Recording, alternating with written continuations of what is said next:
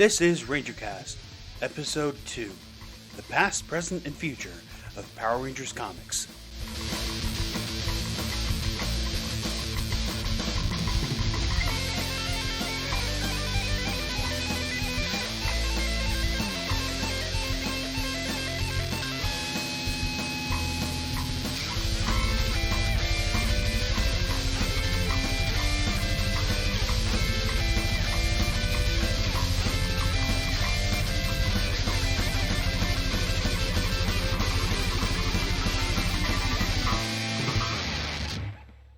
All right, this is Rangercast. As always, I'm Tyler, better known as Rito Volto, and I am joined by... Hi, I'm Tori. And I'm Lamar. All right. Well, thanks for coming back for another episode of Rangercast. Hope we didn't scare you all listeners away with the first one. Got some housekeeping to take care of first. You might notice our website looks a little different again. We moved to a new web provider that'll allow us to take voicemails and do all these other really cool things that we're really excited about. And also there's a note from me in a blog post on the website. I've been asked, here and there, what is going to happen with the old episodes. We did a lot of old episodes. And even if I have them, which I mostly don't, they aren't coming back. And definitely go on our website and check out the posts from me as to why. Basically, there were jokes made, and there were things said that there are people who aren't too proud of them, and after some introspection and discussions with these people, I've decided that we're not really doing anything on that content, even if it does turn up. And also, Power Morphicon is next week. That is not a business trip for me. You will not see convention reports like the old days. I'm just there for fun. You might see pictures. I don't know. But after the con, we will have a good friend of mine and former Rangercast co-host, Mike Manos, Renegade Pancake on Ranger Board. He will be joining us to help talk about the con, just so it's not just me telling my co-hosts about my vacation. And but you'll more about Power Morphicon later on the show. All right, now on to Ranger news. Power Week is coming up. This is a bit new. This is different for Hasbro. Starting actually August 22nd, which is, as we record this, Monday, tomorrow. It's a 7-day celebration of all things Power Rangers, coincidentally overlapping with Power Morphicon. We're going to get all kinds of news about toys, entertainment, products, publishing, gaming, yada, yada, yada. Maybe some new Lightning Collection. And hopefully it's something that fans haven't already sussed out yet. Have you guys looked into any of this? So I've been seeing that there's a lot of talk about new Lightning Collection figures. I've been really keeping an eye on a lot of it. The two that seem to be kind of at the front of the announcement are the Black Mighty Morphin Ranger. So this will be the the fourth time that they've released that figure. And Lost Galaxy Green. Lost Galaxy Green, I think, looks absolutely fantastic. They actually also did a good job with the face sculpt, which that's really hit or miss with them. The Black Mighty Morphin, I don't really know why we need another one, especially when I know I've seen a lot of people clamoring for either more of the Red Ranger or the Blue Ranger, trying to find those ones. So, Yeah, I had the same confusion on the re-release of the Black Ranger. Like, the only real difference I see is one prop from the show that they're giving to Adam, even though it was used during Zach's time on the series. And what confuses me further, though, is that we have variants on the Mighty Morphin Rangers that haven't universally been used yet. Like, there was that cell-shaded Pink Ranger that they came out with a while ago, and I thought the art on that looked pretty cool. Wouldn't mind a team of those. Or if we really want to do something cool, how about a Mastodon Guard figure similar to what we got with the Red Sentinel Ranger in one of the last waves? Yeah. Amen. What do you on top? I guess the thing that Hasbro does actually often, if I can go back a bit, is once they have a mold of something, they run that thing into the ground. Like they'll do Ninja, or then they'll do NinjaCon. If they can just like iterate on the same mold over and over and over, that makes it cheaper for them because that's less time spent, molding, tooling, etc. Well, what other things would you like to see out of Power Week besides a couple Lightning Collection announcements? I really want to see something. I want to see an announcement related to the tabletop game. I don't feel like we've gotten much in that regard. Like we have the core book, and I think now one adventure module. But as a player of that system, it's a very flawed system, and the base book didn't even have rules for how to create your own villains or anything. So it's been pretty underserved in the tabletop community, even among Hasbro's other tabletop games. So yeah, any love or attention for that, I'd appreciate. Yeah, And what I'm looking for is hopefully something aimed at the older demographic. I know they've spoken about doing an Yeah. animated series that's aimed for the older.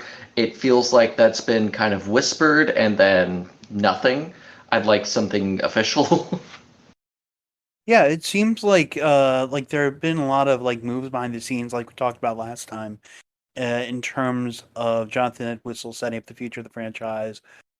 Simon Bennett hinted on Twitter that he knows something, that there might be an announcement soon. Maybe he's just wishful thinking like the rest of us, because we don't know whether or if how he'll be involved in the show going forward, where it'll film, whatever. But Renegade is a sponsor of Power Morphicon, so maybe we will hear something there. We don't know the full schedule yet, but hopefully in the coming days we will get that information. There's some other toy news that you will not see a link to in our show notes, because we do not endorse it, we do not support it. It is Funko is releasing digital pop collections for properties now including Power Rangers, that include NFTs, which we do not support, we do not endorse. Hasbro pulled this stuff with the Megazord, and it's terrible for the environment, terrible for everybody, and they are offering a total of 450,000 Power Rangers NFTs, including Green Ranger, Scorpina, Zordon, yada yada yada. Look, if you want to sell us a toy, sell the toy. Yeah, no, I still don't even fully understand NFTs. I get the impression that it's like a digital picture that you claim ownership for, but that doesn't really. I don't know. It's weird. It's a money grabbing move. Just Yeah, it's anti-consumer, and the moment you start talking about slurp juices or whatever, my eyes roll like all the way back to my skull. Yeah, I'm on my end. I'm also in the camp of not getting the full grasp of NFTs beyond its like Bitcoin, but even dumber, but also built on what could actually be super useful technology, if not dedicated toward monkey pictures that rich people want for social clout. But I don't get why companies are still pushing this out when anytime there's any kind of announcement, everyone on Twitter is making jokes about this. Like it's already a joke. Like this is GameStop stocks, but they keep trying the same thing. But I don't see anyone like grabbing for this. I don't think this is going to make hardly anyone go for this new Funko. And especially when you said they made like 450,000 of these, like I don't Something like that. It's 450,000 exactly. Both pack types. There's either a standard pack or a premium pack. I don't know the difference. I don't care to know the difference. Both pack types will be limited to 22,500 pieces.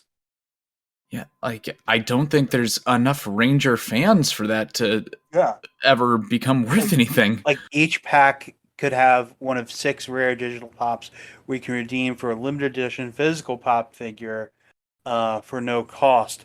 Why they can't just sell these at Pod Topic like any other, whatever. I don't care. But we had to talk about it. The other news item, and I'm kind of jumping around thing to thing here. Power Morphicon is in just a few days, as we said at the top. They announced some more exclusives: Icon Heroes pins and mouse pads, and some gear branded with the 90s style, like plastic cup, whatever, Power Morphicon logo. Some guest cancellations, including Samuel Benta, Too Bad So Sad, and Johnny Young Bosch, who was canceled before he even announced. Um, he got a nasty car wreck and has some conflicts with something he's filming, so he is unable to attend. But there are some good additions to, and one questionable addition to the guest roster.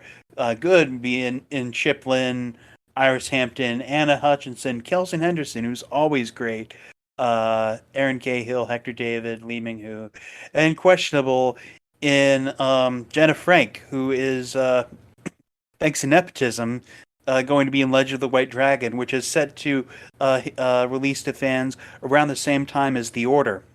So never? I mean, that's my guess. There's also, in terms of con exclusives, going to be a Legend of the White Dragon exclusive action figure, which looks like it's, bootleg Power Rangers figure you'd find at a rundown convenience store somewhere. It looks whack. Well, at least they're putting in the effort, right? Yeah, putting the effort on action figures like The Order putting the effort on a comic book. Gosh, I didn't even realize they had done that. Yeah, it's a mess, and just another reminder for fans. Just because you like somebody from a show doesn't mean they can deliver on something they promise you. Yeah. Pay for what's actually worth it. Don't let your money just be taken from you. Yeah. But speaking of money being taken from you, we're getting a sense of what some of the autograph prices will be. Looking around like $35 for non-attending members who want an autograph sent to them with their stuff. So that's kind of instructive for how much autographs will be at the con. They have a page on Celebworks. For example, I mean $35 on the low end, but if you want like Toshiide Wakamatsu to sign an 8x10, that's $70. Or Ryota Ozawa, we were talking about how much it costs to get to the front of his line. Like his autographs run at least 120. So it's supply and demand, folks. I mean, I've seen pretty high prices now. Those are generally at smaller cons, so I understand why you need to do kind of the trade-off. But I mean, $35 part of the cost of getting that autograph is getting to spend a minute or two of your time with this person. If you don't even get that, 35 is a lot. Yeah. You have to factor in, I don't know, maybe the cost of mailing. I'm not sure, how much more it costs to mail these things or what, or how much is being taken off the top by either this platform Celebworks or by the con. So, we don't really know how much of a premium is being charged for these as opposed to the autographs at the con. I know from experience, like Kelson Henderson, for example, he wasn't charging $50 at his table. I can tell you that. It's the one that's in front of me right now. But yeah, I'm really excited to see all my friends there. It's been way too long, and I just hope that a lot of the organizational issues that we had issues with at the last one are all solved, all squared away. Now, in other news, also dealing in terms of licensed merch, there's an expansion coming for the deck building game, all RPM. So it's really exciting to see RPM get some love. The summary reads as follows: the Vengeance computer virus has built armies of robots to take over the world. The only thing that stands in the way are the Ranger operators. Faster than ever, gameplay includes new strategies, such as building up RPM to penetrate your foe's defenses or draining their energy to leave them weakened. You need to have the deck building game core set or the Zeo set in order to play. It includes over 75 new cards, and it's designed for 2 to 4 players to enjoy in 30 to 70 minutes. I have not played the deck building game, full disclosure. I've not played it myself either. I am excited though to see, like you, RPM getting some representation in the merch, especially when we still, I don't believe, have seen a single Lightning collection figure with them. So I think this is probably their easiest way of doing it for relatively cheap. And frankly, I'm all about having these box-based deck building games. Like, well, I haven't shelled out the money for this because I don't have enough people around me that would want to play a Power Rangers deck building game. Like, I'm much more happy with something like this than them trying to get their own trading card game going instead. Absolutely, and it's good to see RPM getting some love because that one's very popular with the more adult fans, but the younger generation, the major cash cows, they're not as familiar. Yeah, and the deck building expansion actually hits in September. The date is not listed on the solicitation, which went out to retailers. But I guess the problem for me is I don't have anybody to play with. Like, my girlfriend's on the Power Rangers. Supports me, all that, but I'm not sure if she's interested in getting into the deck building game. I have the tabletop game, and I have not played with anybody because I got it right before the world ended. So yeah, that's not going to happen. Also, this I kind of glossed over from our show notes. We don't know when the last batch of Dino Fury hits, but there are some early episode titles and descriptions for episodes 14, 15 of season 2. Now, if you don't want to be spoiled, I guess fast forward a couple of minutes, and we're going to get into this as soon as I'm sure you have switched forward, gone ahead, yada yada yada, spoils incoming. Rafcon revealed is episode 14. The Ranger teens head to Rafcon to stop Lord Zed, but because of a prophecy, Ion takes unnecessary risks. And episode 15, this is very interesting. It's titled Morphin Master. The other Morphin Masters are angry to discover the Green Morphin Master has broken their vow to never interfere in mortal affairs. But when the Rangers and the Green Morphin Master work together, the Morphin Masters have a change of heart. That's according to TV Passport. That was spied on Twitter by the user TheAGames10. So are you guys excited to see some Morphin Master action? Yeah, definitely. I have to confess that I haven't been able to keep up with Dino Fury. I only saw the first couple episodes. But the fact that they're bringing in lore from the comics is really exciting, and the fact that they're actually doing world building in this franchise, I think, is really important because it's been almost 30 years, but you get the impression that, at least for some of the seasons, they were just flying by the seat of their pants. Yeah, but I'm not sure if it's necessarily lore from the comics as much as inspired by designs from the comics, because I don't think there's anything the Morphin Masters have done that in the show that refer directly back to the comics the way the comics drew from the episode in which the Morphin Masters originally were shown back in MMPR and Big Sisters. But I mean, something that I'm interested to see as far as how the Morphin Masters are depicted is like how hard it must be for the show to depict any scene involving the Morphin Masters, or especially if they're talking to each other, talking amongst each other, because they only had the two suits. They had like the one for the pink one and one for the men, or something like that. They just had two suits, and they just used photography to duplicate them as they needed to. So that must have been tough to shoot. If there are any scenes of them squabbling or something like that. My impression was that they were strictly CGI, but I hadn't seen. Okay. No. Oh, okay, No, they were real cool. suits. They got them from Toy. Yeah, they had Toy make them for them. That was something Simon Bennett, I believe, said. But the descriptions came from Teletoon, which is where the episodes air in Canada. It's amazing. The show is on Netflix now. We're still dealing with international spoilers like this. So now moving on, if you jumped ahead to make sure you skip spoilers, it's safe now. You can come out. It's fine. There is one bit. It's not exactly Ranger news, but it's Ranger adjacent. A YouTuber uncovered the long lost pilot presentation. I believe that's what you'd call this of the live action Sailor Moon that some people called Saban Moon because of how its MO resembled something that Saban might do with something that's live action.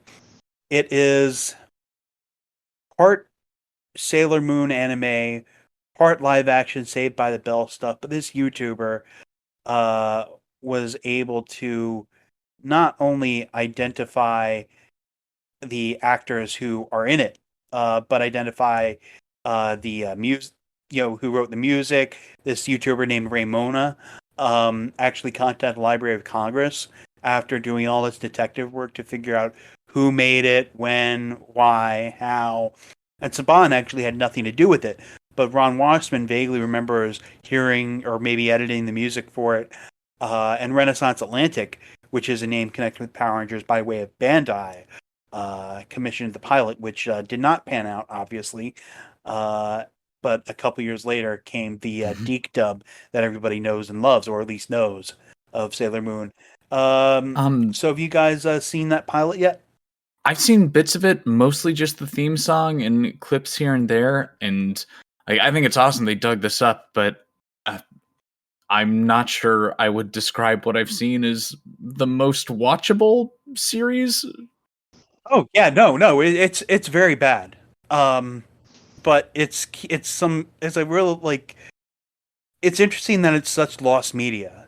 Like, people weren't sure how much of this actually existed. Kotaku a couple years ago tried to dig this up and ultimately found something completely different in talking to the former president of Bandai America. But it's been kind of a white whale in segments of anime and tokusatsu fandom, and it's really interesting to see it come to light. Yeah, honestly, I think what I'm most excited about with this is, like, I meet Sailor Moon fans pretty often, but a lot of them haven't heard of this, and when I describe what the project was to them, they often don't believe me or think this is some kind of fever dream. So I'm just glad to know we now have the pilot, and like I can cast that on YouTube and they can see for themselves. Yeah, well, there's a lot on YouTube. There's a lot about Power Rangers, I'd say, that seems like a fever dream. So, whatever. But anyway, we're going to talk about Toku News in a bit. But first, here's a word from some friends of the show. My nephew liked the Power Rangers, and I did this on his birthday where he had all his friends around. They were like, Green Ranger. I said, let me show you the real Sentai. I'm going to show you the episode where Green Ranger actually died. And they were sitting there looking. A couple kids started crying like, no, Green Ranger can't be daddy. And the parents were like, why are you showing our kids? The Anime World Order podcast. Not suitable for children because the truth hurts. Visit us online at www.animeworldorder.com. And we are back, and we just have one bit of Toku news this week, as opposed to the deluge we had last time around. Kamen Rider 01 is getting a comic book. For those who don't know, that show is already on Blu-ray in the U.S. Via Shout Factory, and the new comic is coming out in the U.S. from Titan. It is written by Brandon Easton, and the art is by Henry Prasetya, who has worked for Boom on the Power Rangers series. So the new, IO9 has actually done a series of articles about the new comic, and it looks really, really, really nice. Vulcan and Valkyrie are featured on the cover of one of the first issues. It is available for pre-order. The first issue comes out November 23rd. The designs look absolutely fantastic. I'm not sure if you guys have been keeping up with it, but they're just on point.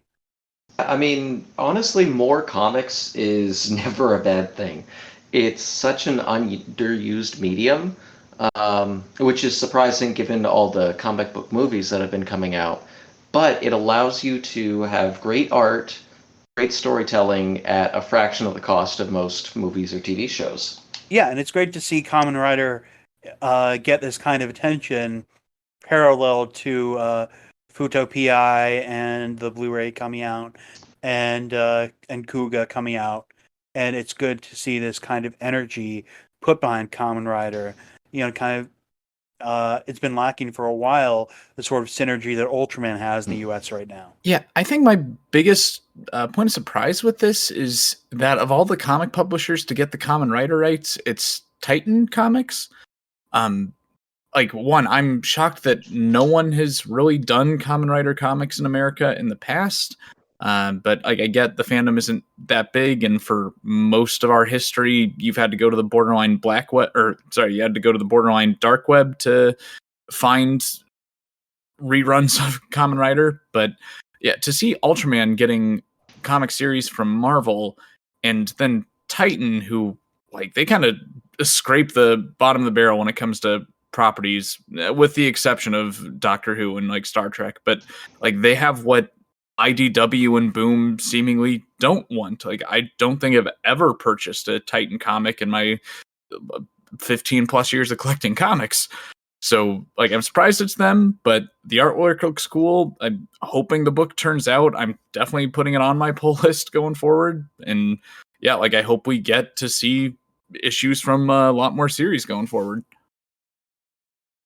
Yeah, and IO9's James Whitbrook, who is very much one of us, if you ever follow his Twitter, he did an interview with Prasetya and Easton, which they talk about their love of the franchise, which I guess more the case for Prasetya, who goes back to Kamen Rider Black. He's just a huge fanboy, and Easton is new to the franchise, but more familiar with mecha shows and that sort of thing.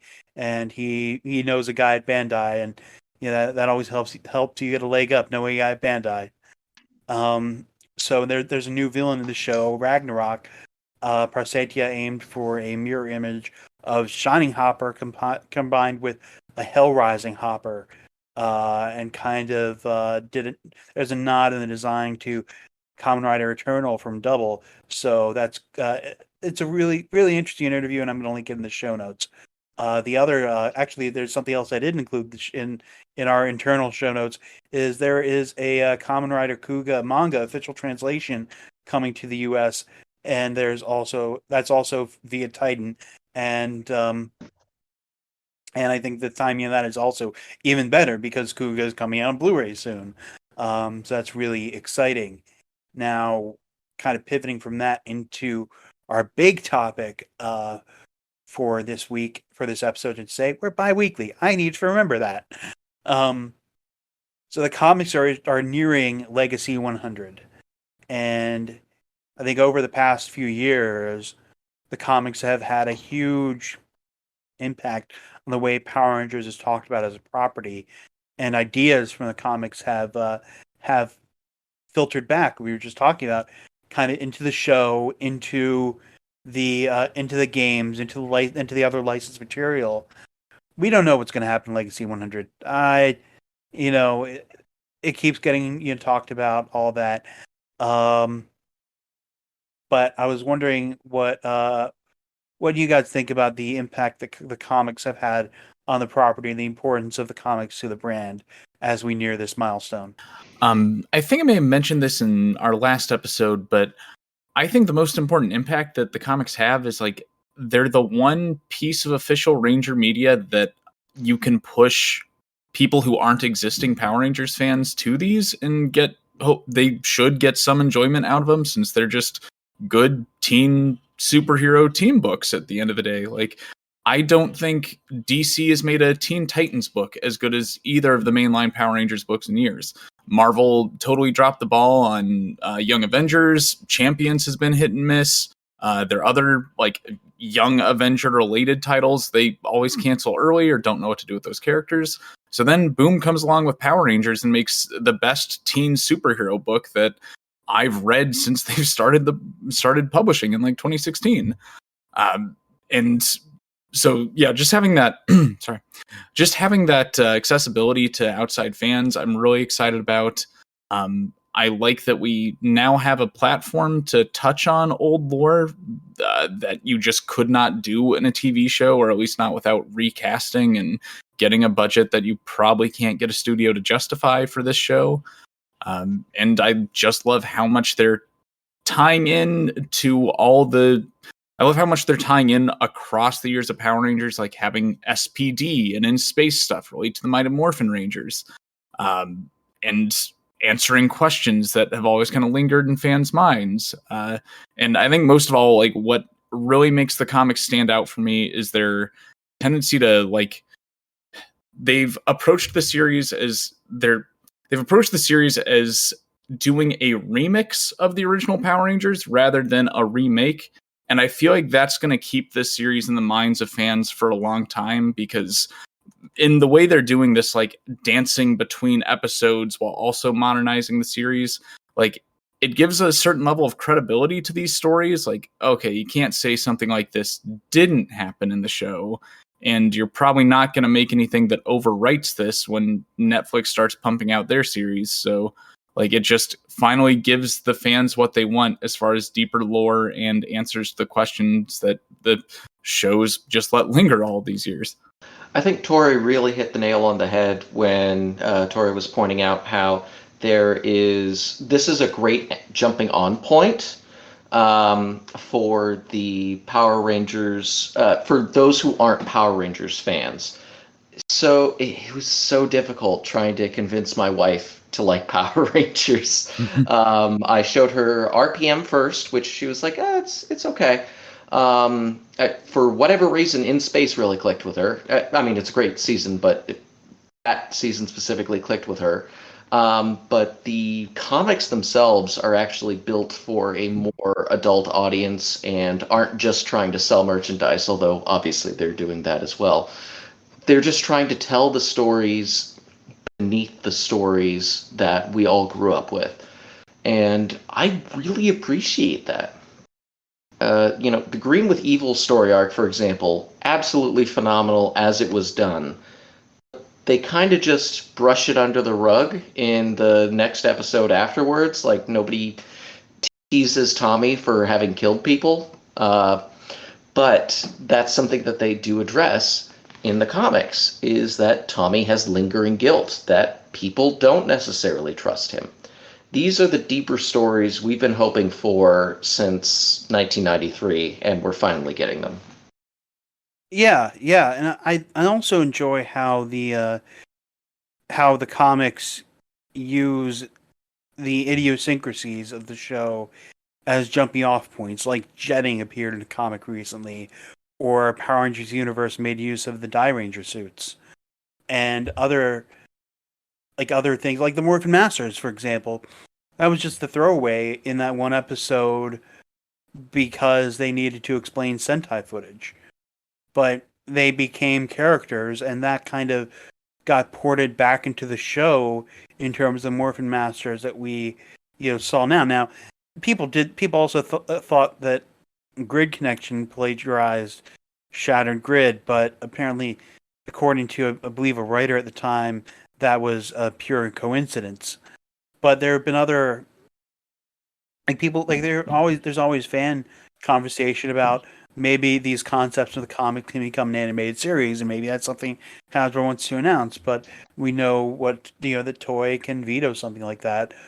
But at the same time, after Shattered Grid, Kyle Higgins wrote the backstory for Years of the Grid, and a lot of these concepts have also appeared. A lot of these character designs have appeared in other licensed material, like Renegades games, and Legacy Wars, that sort of thing. And I think that Shattered Grid obviously was a huge deal, not just for fans, but I think in comics writ large. I guess the big question is there a time when an arc of the comics can be as big a deal as Shattered Grid was, or was that just a unique combination of time, place, and having the absolute chutzpah to have Tommy Oliver kill Tommy Oliver?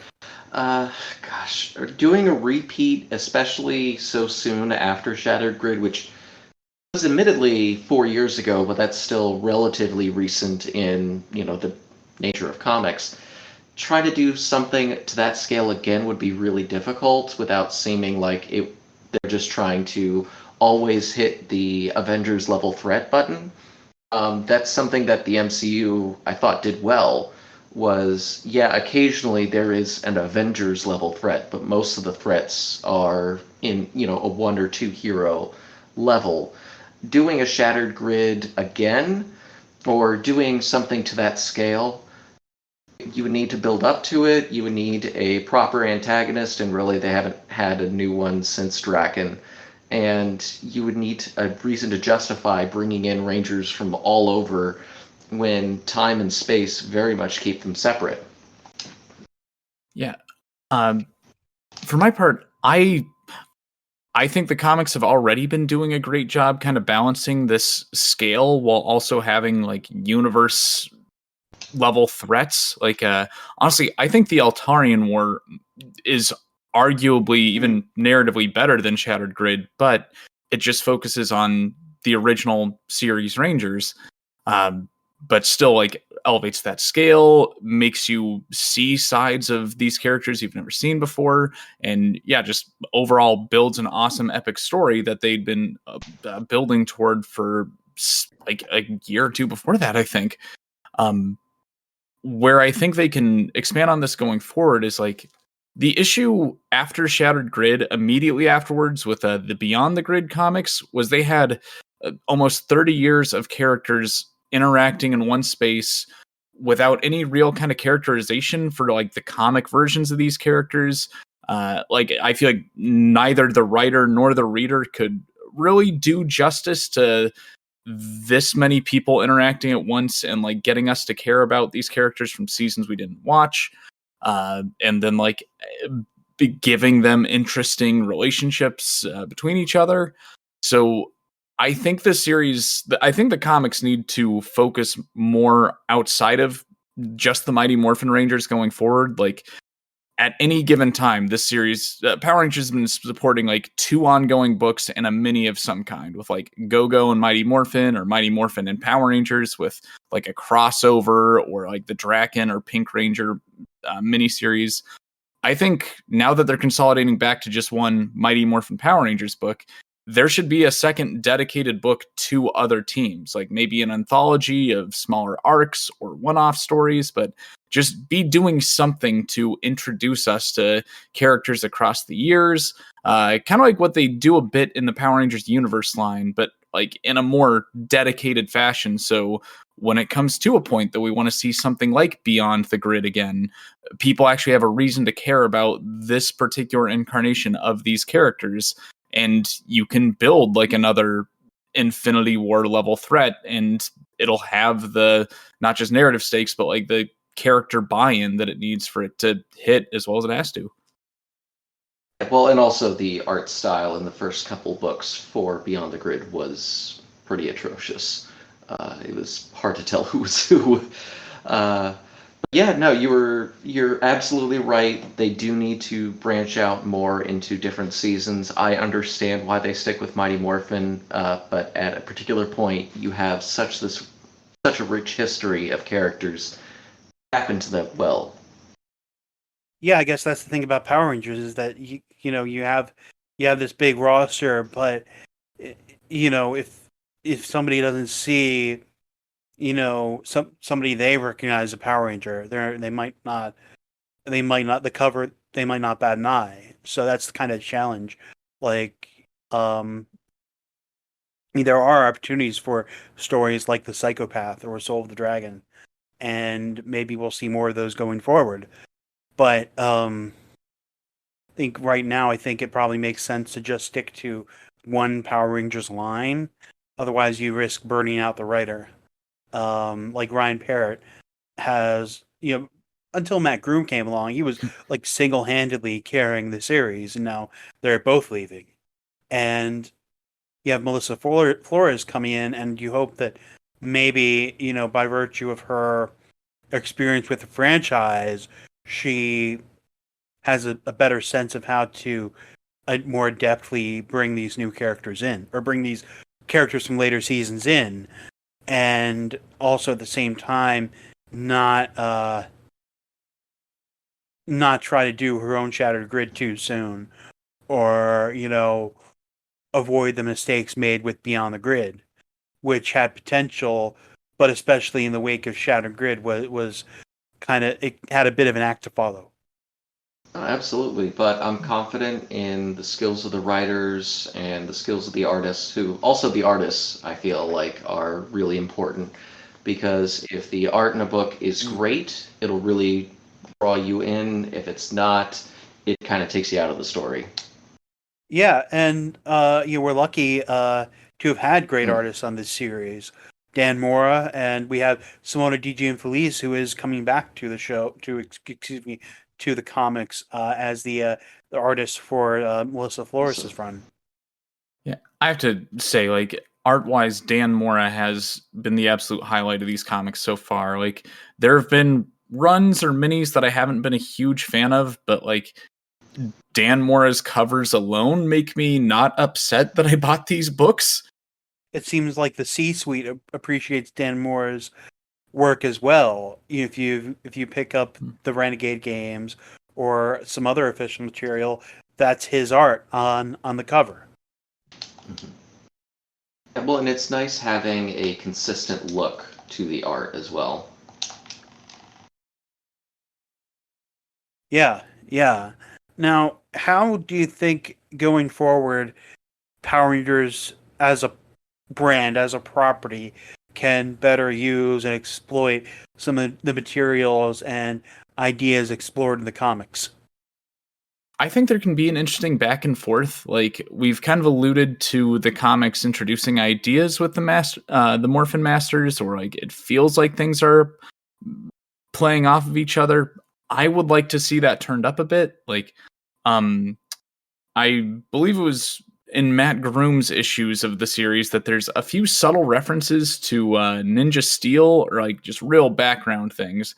And yeah, because the timeline is all weird in these comics and we don't know when these other teams are going to take place, let's see the Mighty Morphin Rangers interact with way later on characters, or let's see in more concepts that are either introduced in the show and explored in the comics, or like introduced in the comics and then played out more in the show, so we know these things actually care about each other's lore, rather than just being like, okay, here's our cool adult comics over here and here's the kids stuff over there that isn't adding much to the universe, which will say that this current season is a major exception to that.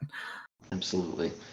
I'd really like to see a Shin Godzilla take on this. And by that I mean, show me how the governments of the world are reacting to these sorts of things. We get little bits here and there in the Boom comics of occasionally a world leader will say something out against Rita Repulsa. But, I mean, you have to think that for 30 years, aliens have been attacking Earth, and giant robots who are completely unaccountable are defending the Earth. You have to think the government would at least be interested in what's going on. That's something that admittedly is addressed in the audio drama, and I'd like to see that addressed in official media as well. Yeah, and like on that point, let's not forget that like we've seen in the show that like at least the American government has gotten involved in this and no longer is. Like, we've never heard a reference to Lightspeed Rescue after that show's finale and like the one or two appearances in anniversary specials. Like, why isn't the government still doing Ranger teams? Like, yeah, there's a lot of interesting things to explore with that. I think that the thing is, though, like, unless the government or a quasi-governmental organization, is running a Ranger team, bringing the government as, police, that sort of thing, into a Power Ranger story, it introduces, I mean, obviously everybody knows there are always police, there are always military, and it raises the question of, okay, why isn't the army responding to this monster, or something like that? But I think your story, I guess, needs to. I guess you kind of enter in, again, I guess into kind of like Avengers territory if the Power Rangers are like an unregulated fighting force. Maybe that's like, but then again, Marvel's done that better. Yeah, but that doesn't mean Power Rangers can at least try. Yeah, yeah, but it seems like something heavy to try to introduce in a Power Rangers title. Like, I don't think it would need to push the boundaries all that much. Like, as long as it's not going as extreme as like that Power Rangers Unauthorized or bootleg short film. God. Like, given what we've seen, and I'd say the graphic novels especially, I don't see any reason that we can't see this explored, or better yet, like, we know almost nothing about what the original team or most former Rangers do once they stop being Rangers. And like, I love to explore the headcanons of that. Like, side note, I have a solid argument, I think, on why it totally makes sense that Tommy would be getting into stock car racing as he's retiring as a Power Ranger.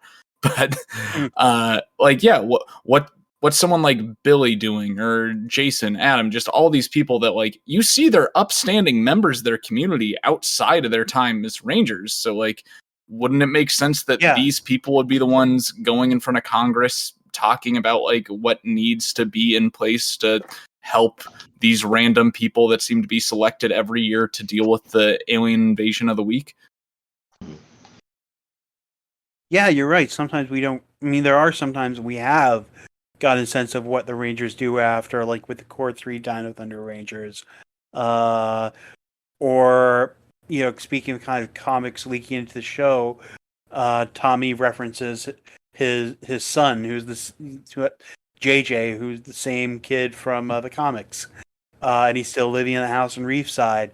We don't really get, I guess in a lot of cases, you're right, the sense of their life after, besides the fact that they occasionally turn up for team-ups and, you know, are still more or less And the what same. are organizations doing? Not just Lightspeed Rescue, but also the Silver Guardians. Right.